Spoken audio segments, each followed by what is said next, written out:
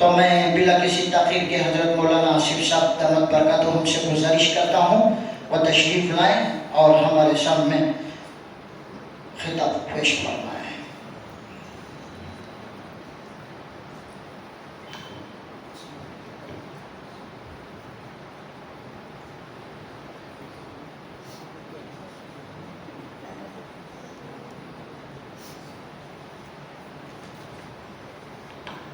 بسم اللہ الرحمن الرحیم۔ قال النبی صلی اللہ علیہ وسلم خیرکم من تعلم القرآن وعلمہ۔ محترم علماء کرام، عمائلین شہر اور عزیز طلباء، ہم سب یہاں پر علم دین کے عنوان پر جمع ہوئے ہیں۔ دین پر چلنے کے لیے علم دین کا ہونا ضروری ہے۔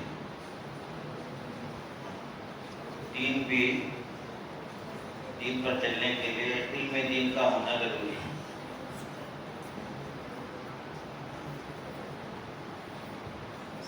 حضرات انبیاء علیہ السلام جو ہے وہ 3 باتوں کو لے کر آتے تھے۔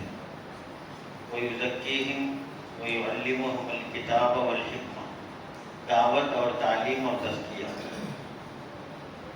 یہ تینوں چیزیں لا کر حضرات انبیاء علیہ السلام اپنے اپنی قوم پر محنت کرتے تھے۔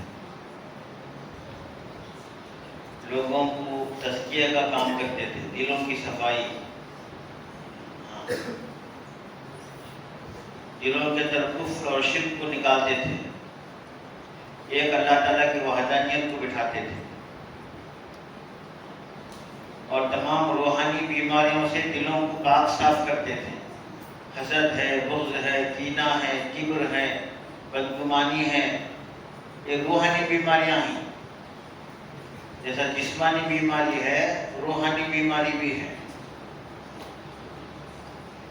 کہ کوئی آدمی آگے بڑھ رہا ہے، دوسرا دیکھ کر جل رہا ہے، تو سمجھو کہ اس کا دل بیمار ہے۔ ہمارے حضرت مولانا ابراہیم صاحب دامت برکاتہم دیولہ فرماتے ہیں کہ کام کرنے والوں کی قدر کرو، نہیں کرنے والوں کی فکر کرو۔ کام کرنے والوں کی قدر، نہیں کرنے والوں کی فکر۔ مولانا بولے اب کیا ہو رہا؟ کرنے والوں پر حسد، نہیں کرنے والوں کی غیبت۔ اس لیے فرمایا کہ کام کرنے والوں کی قدر کرو اور نہیں کرنے والوں کی فکر کرو۔ تو یہ روحانی بیماریاں ہیں، حسد ہے، بغض ہے، کینہ کپٹ ہے۔ تو یہ بیماریوں کو بھی حضرات انبیاء صاف کرتے تھے، دل ملے ہوئے رہتے تھے، اور لوگوں کو اللہ کی طرف بلاتے تھے۔ اللہ کی طرف بلاتے تھے۔ اللہ ایک ہے، وہی نفع نقصان کا مالک ہے، وہی بیماری دیتا ہے، وہی شفا دیتا ہے، وہی موت و حیات کا مالک ہے۔ اسی سے مانگو، اسی کی طرف آؤ، وہی کارساز ہے، وہی بنانے والا ہے، وہی بگاڑنے والا ہے، ساری دنیا کا وہ پالنہار ہے۔ ایک اللہ کی طرف بلاتے تھے۔ اور تیسرا کیا ہے؟ لوگوں کو علم سکھاتے تھے، تعلیم دیتے تھے۔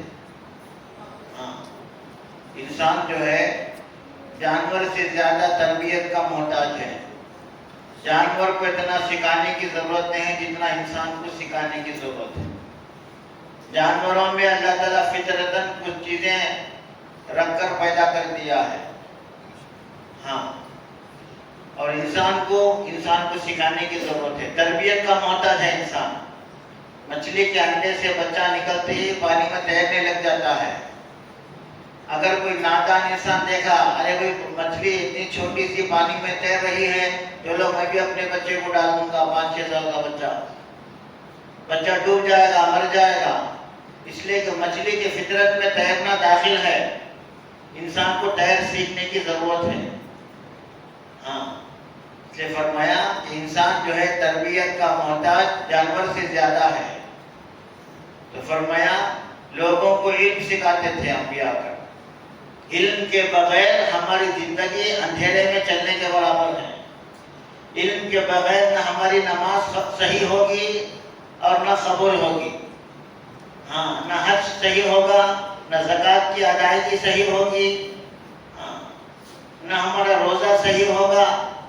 علم کے بغیر روزہ رکھ رہا ہے، اسے معلوم نہیں روزے کے مفسدات کیا ہیں، مکروہات کیا ہیں، روزہ کن چیزوں سے ٹوٹتا، کن چیزوں سے مکروہ ہوتا، روزے میں کیا نہیں کرنا چاہیے، کیا کرنا چاہیے،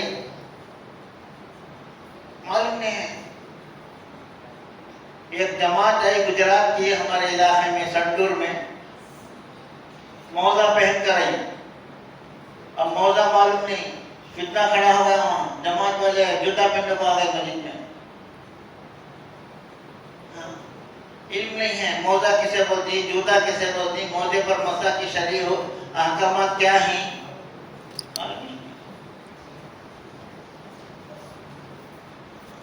تو فرمایا کہ بھئی حج کو جا رہا ہے ایک آدمی، پوچھے کہ ابھی حج کی تیاری ہو گئی، اور حضرت بیاگ تیار ہو رہی، بستر تیار ہوا، توشہ تیار ہو رہا. ہمارے حضرت مولانا ابراہیم صاحب بولے حج کی تیاری نہیں، وہ حج کے سفر کی تیاری ہے. حج کی تیاری کیا ہے؟ لوگ حج کے سفر کی تیاری کو حج کی تیاری سمجھے نہیں. حج کی تیاری الگ ہے، حج کے سفر کی تیاری الگ ہے. حج کے سفر کی تیاری کو سمجھا کہ یہ حج کی تیاری ہے. ہاں، حج کی تیاری کیا ہے؟ عمرے کے مسائل سیکھے، حج کے مسائل سیکھے. ہاں، حج کو جانے کے لیے حاجی صاحب جانے، پوچھا بھائی عمرے میں کتنے فرض ہیں، معلوم نہیں حضرت. کتنے واجبات ہیں، معلوم نہیں حضرت. ہاں، لوگ حج کو جا رہے ہیں، مسائل سے ناواقف ہے، اسے عمرے کے فرائض معلوم نہیں، عمرے کے واجبات معلوم نہیں. اس لیے فرمایا ہر مسلمان کو علم دین کا سیکھنا بہت ضروری ہے، فرض ہے، فرض. فرائض کا علم سیکھنا فرض ہے. ہاں، واجبات کا علم سیکھنا واجب ہے.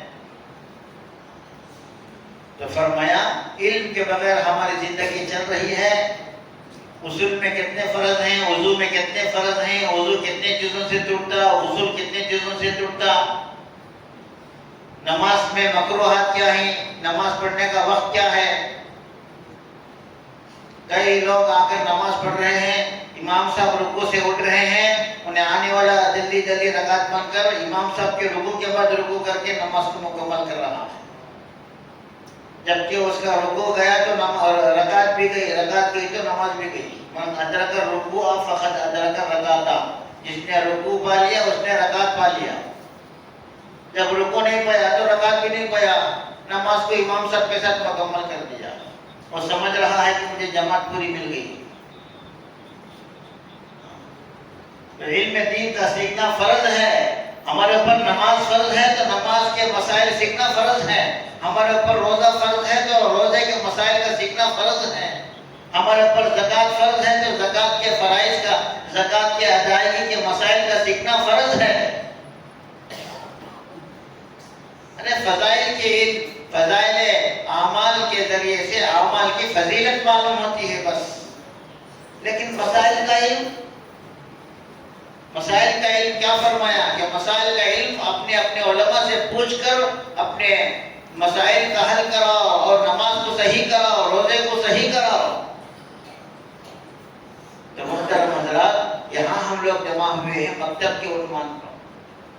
بڑے لوگوں کو تو جو ہے نہ خوراک صحیح ہے، نہ نماز صحیح ہے. کم از کم اب آنے والا جنریشن، آنے والی نسل، ہمارے بچے، ہمارے بچوں کے بچے دیندار بنے، نمازی بنے، ان کا قرآن صحیح ہو، ہاں، ان کو سنت معلوم ہو جائے، اس کی تو ہم فکر کریں. اگر ہم بچوں کو مکتب پڑھانے کے لیے تیار نہیں ہیں، دیندار بنانے کے لیے تیار نہیں ہیں، تو مرتد بنانے کے لیے تیار ہو جاؤ. ہر ماں باپ کو فکر کیا ہے؟ میرے بچے کی ٹیوشن چھوٹ جائے گی، میرے بچے کی اسکول چھوٹ جائے گی، میرا بچہ ڈاکٹر بنے گا. ہر بچے کے ماں باپ کو دنیا کا مستقبل بنانے کی فکر ہے کہ میرے بچے کے نمبرات کسی میں کم نہ ہو. سائنس میں کم ہے تو سائنس کا ٹیوشن الگ ہے، میتھمیٹکس کا ٹیوشن الگ ہے، انگلش کا ٹیوشن الگ ہے. میرا بچہ دین کی تعلیم، قرآن کی تعلیم وہ بعد میں دیکھی گئی۔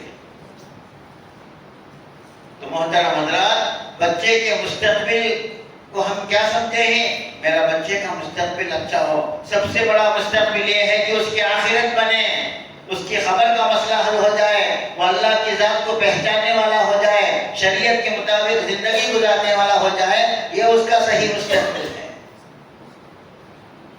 تو ہماری جان، ہمارا مال مکاتب کے خیام کے لیے لگ جائے، ہمارا کوئی بچہ گھر کا مکتب سے محروم نہ رہے، ہمارا بچہ میرے مرنے کے بعد میری نماز جنازہ پڑھانے والا بنے۔ باپ اندر ہے مسجد کے، باپ کا جنازہ اندر ہے، بیٹا باہر کھڑا ہے، بیٹا خود نماز پڑھنے کے لیے جنازے کی تیاری ہے۔ اس لیے محترم حضرات، یہاں بڑے حضرات جو جڑے ہیں وہ اپنے اپنے بچوں کو مکتب، بھائی حافظ قرآن کچھ بنانے والے ملیں گے، پورے کے پورے حافظ عالم نہیں بنائیں گے، لیکن ہر بچے کے ماں باپ بچے کو اتنا دین تو سکھانے والے بنے کہ اس کی روزمرہ کی زندگی شریعت کے مطابق ہو جائے۔ ٹھیک ہے، اپنے بچے کو انجینئر بناؤ، ڈاکٹر بناؤ، ایڈوکیٹ بناؤ، منانی ہے، سب سے پہلے اسے مسلمان بناؤ۔ اللہ کسے کہتے ہیں، رسول کسے کہتے ہیں، صحابی کسے کہتے ہیں، فرشتہ کسے کہتے ہیں، خبر کیا، حشر کیا، آخرت کیا، فرض کسے کہتے ہیں، واجب کسے کہتے ہیں، سنت کسے کہتے ہیں، مکروہ کسے کہتے ہیں، قرآن کسے کہتے ہیں، حدیث کسے کہتے ہیں، اتنا تو بیسک تو سکھاؤ، بیسک بنیادی چیز۔ اسی لیے ہمارے اکابر اس وقت مکاتب کی فکر کر رہے، سرسری مکتب نہیں، باقاعدہ نظام نصاب کے ساتھ منظم مکتب، بچے کا یونیفارم ہو، بچے کا ایک سلیبس ہو، ایک نظام ہو، ایک اس کا نصاب ہو، بچے کی فیس ہو۔ بچوں کے ماں باپ اپنے بچوں کو پرائیویٹ اسکول میں پڑھائیں گے، کیوں؟ معلوم ہے کہ گورنمنٹ اسکول میں پڑھائی اچھی نہیں ہوتی، فیس دے کر پڑھا رہے ہیں، یہاں 100 روپے فیس دینے کے لیے پیسے نہیں ہیں۔ جیسا مکتب کے تنخواہ نہیں ہے، مکتب بھی ویسا چلتا ہو۔ فیس نے سو حضرت کیسا پڑھاتی ہیں، ان کو بول نہیں سکتے کون بھی۔ ہمارے ایک حضرت تھے دیوبند میں، مولانا نسیم صاحب 12 مکتبی، حضرت سبق پڑھا رہے تھے، ایک لطیفہ بولے حضرت، ایک مولوی صاحب پڑھا رہے تھے بچوں کو، پیچھے کچھ بچے بولے حضرت آواز نہیں آ رہی ہے، حضرت بولے خاموش، جتنی تنخواہ ہوتی آواز، تنخواہ جتنی دے آواز بھی۔ کبھی بچہ مکتب کو آیا 4 دن نہیں آیا، بچے پیچھے کبڈی کھیلنے کو بیٹھے، حضرت 4 بچوں کو پڑھانے کو بیٹھی ہیں، 7 بجے کا مکتب ہے، بچے 7:30 کو آیا، کوئی 7:45 کو آیا۔ باپ کو فکر ہے جب تک بچہ بھی آئے گا، اسکول کو کیسا بھیجتے ہیں؟ بچے کے شوزاں کو باپ پالش کر کو بھیج رہا،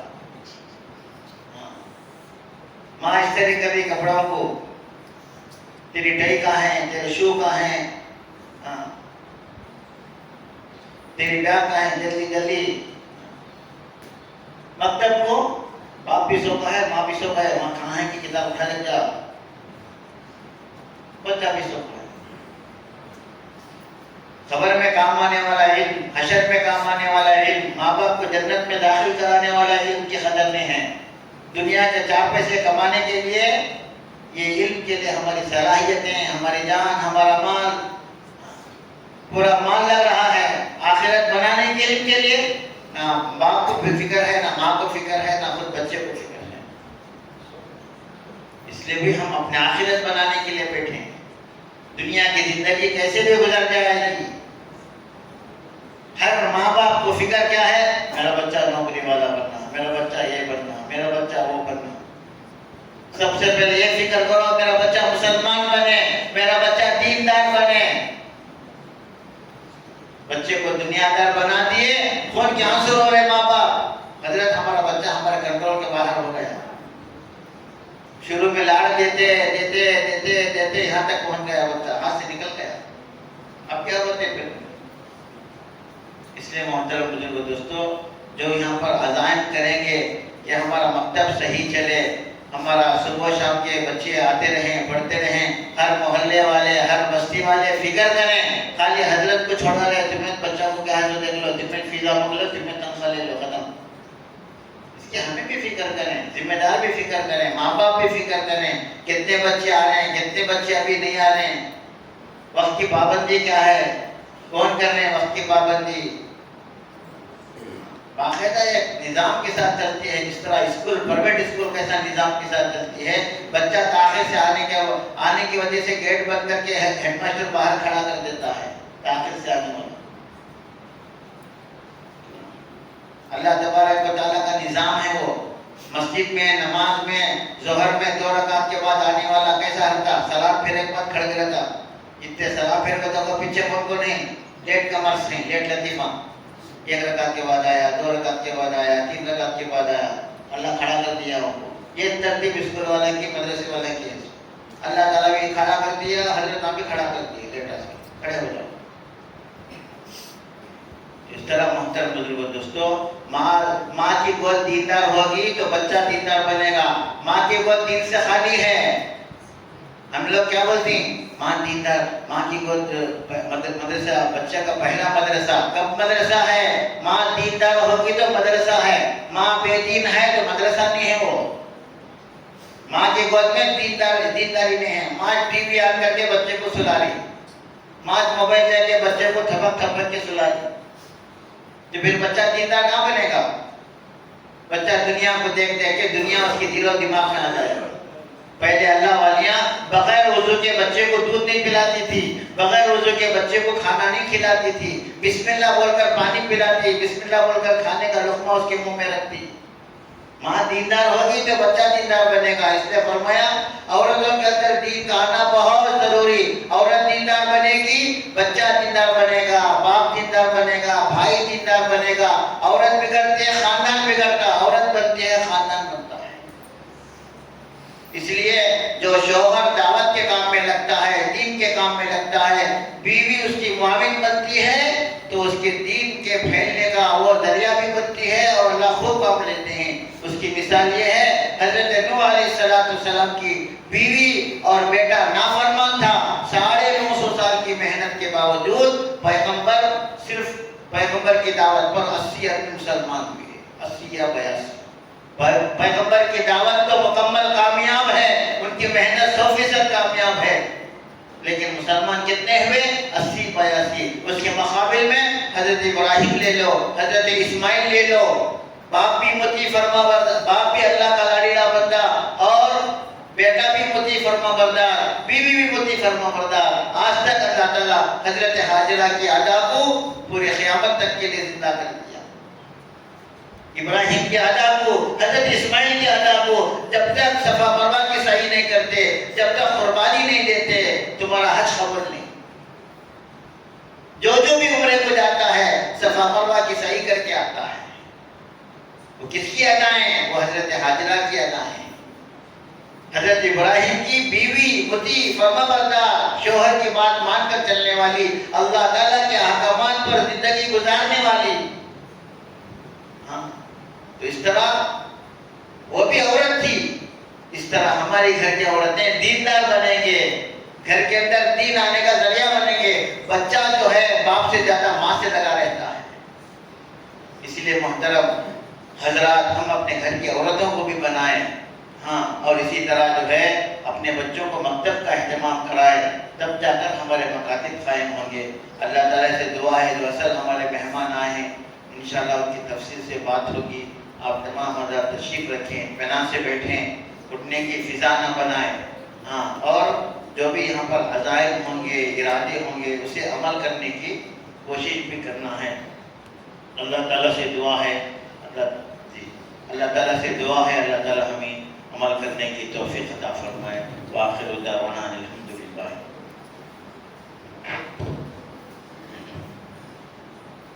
ہم حضرت مولانا آصف صاحب کا تہہ دل سے شکر گزار کرتے ہیں، اللہ تعالیٰ حضرت کے عمر میں، علم میں، عمل میں اضافہ فرمائے۔ یہ ہمارے ضلع کے ایک بہترین عالم دین ہیں، اللہ پاک نے ان کو